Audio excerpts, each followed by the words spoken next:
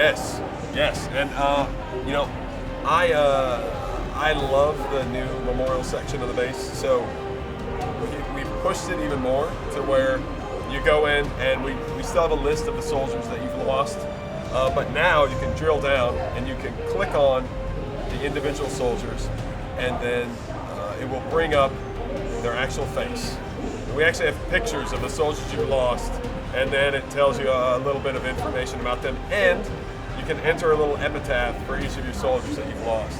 Yeah, so it's like a little extra feature to kind of like turn the screw, I guess. But it's neat because you go back to the memorial and you see the actual like headshots of the soldiers, so it's really cool.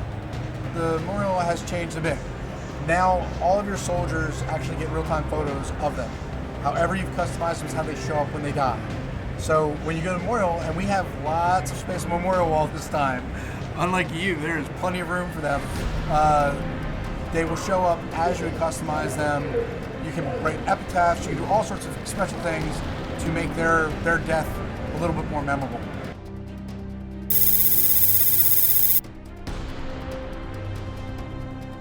A good question. And the assumption is not that the player lost the first game. The assumption is that all of us lost a few games.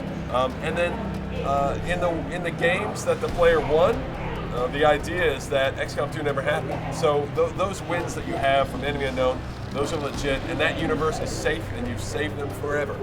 But XCOM 2 gives you an opportunity to go back to the worlds that you didn't save. And that's how we sort of view XCOM 2. I mean, we wanted to make another story of struggle, you know, and if we had just gone from XCOM has conquered the aliens, sure, you could start out with XCOM in super powerful armor, with plasma weapons, but that's not really what XCOM's about. It's about human struggle and coming from conventional means and rising up against a superior force.